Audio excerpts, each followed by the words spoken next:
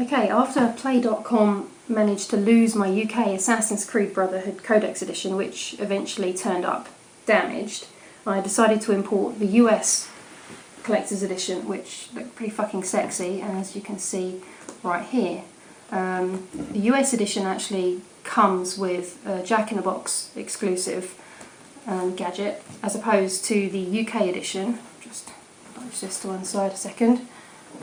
This was the UK edition, which was the auditory casket, it's lovely. It looks great, but it's extremely plasticky, and there's actually a design flaw in the fact that some of the pins of the lid are actually broken. But anyway, complaints about Play.com aside, this is the US collector's edition. It's the standard collector's edition Jack-in-the-Box. There were two versions in America.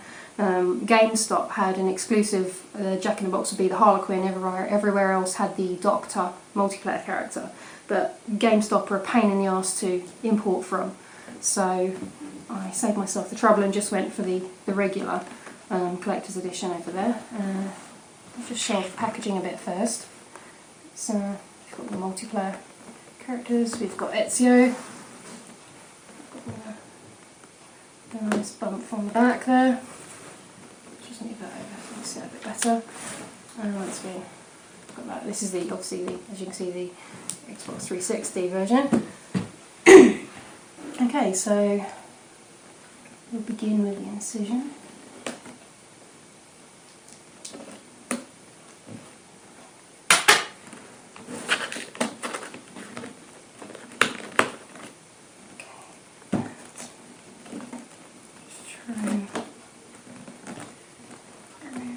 Oh, it's sealed at the bottom as well.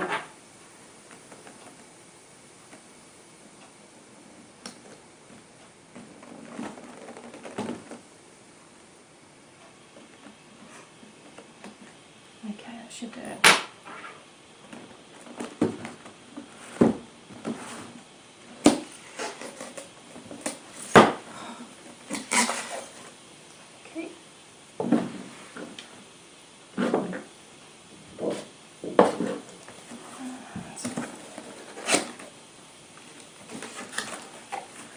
Okay, we have instructions for operating a Jack-in-the-Box, as if you sort of don't know. And first thing out, we actually have the Jack-in-the-Box key, which is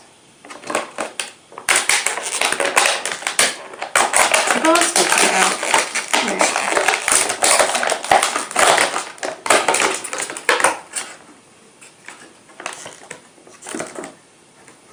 It's cable tied, so it's going to make it fun to remove. I don't really want to take a scalpel to this.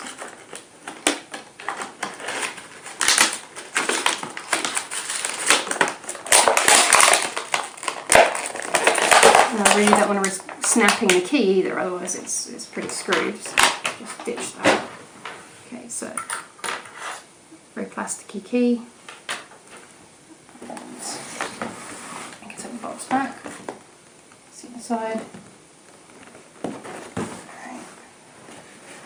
We will lift this out very carefully. Just pop this aside for now.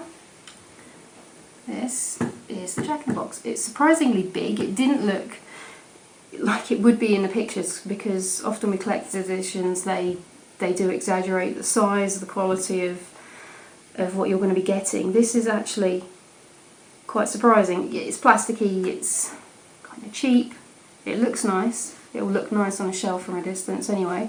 Yeah, we'll pop him in a minute. I'll just pop the key on top here and we'll set that aside just there. And we'll see what other goodies we've got in the box. Not a great deal. The Jack-in-the-Box is the big draw, really. Let's have a look. Okay, obviously we've got game, and as standard for most collector's editions now, we've also got an art book, Art of Assassin's Creed Brotherhood. And as you can see, it's some absolutely stunning artwork for the game. It's Leonardo's War Machines. Yeah, so it's quite nice. Like I said, it's pretty standard fare for a collector's edition. We've got, we'll probably come across the soundtrack in a minute, but yeah, the artwork is absolutely superb, and this is kind of a collector's edition staple. So, but it's a good one. It's a nice one. It's glossy, nothing special, but it looks good enough. I'll pop that there. And we have a map of Roma.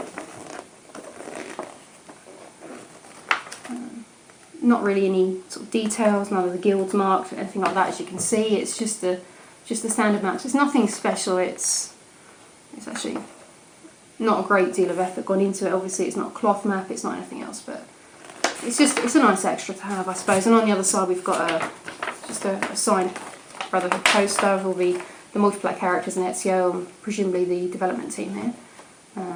So that's not too bad. I believe the set's supposed to include a making of video and a soundtrack, which I suspect they aren't in the box, so I suspect they are in the game box, one would hope. So we're just going to open this up and have a quick look.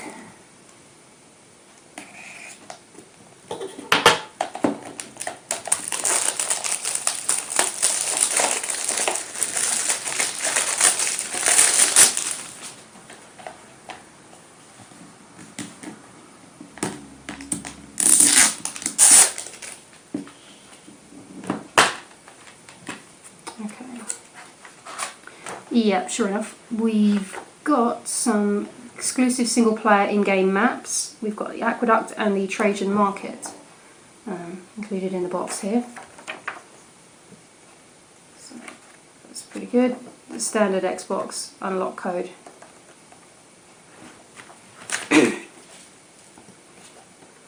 Let's see. Control amendments. What passes for a manual these days? It's pretty awful, to be quite honest. That's right. And we've got the bonus content disc, as well as the main disc, which includes, obviously, I presume the making of video and the soundtrack are going to be on here. So they haven't included them separately in a little case or anything else like that. So don't panic if you get yours and there's nothing in here. It is in here. Okay, now, and shove that aside, we can actually get to the main reason most people will probably buy this edition. I'm going to sit back because I don't want this erupting in my face. That's what she said. Hey, and I can bring this closer in shot. You can see the Doctor.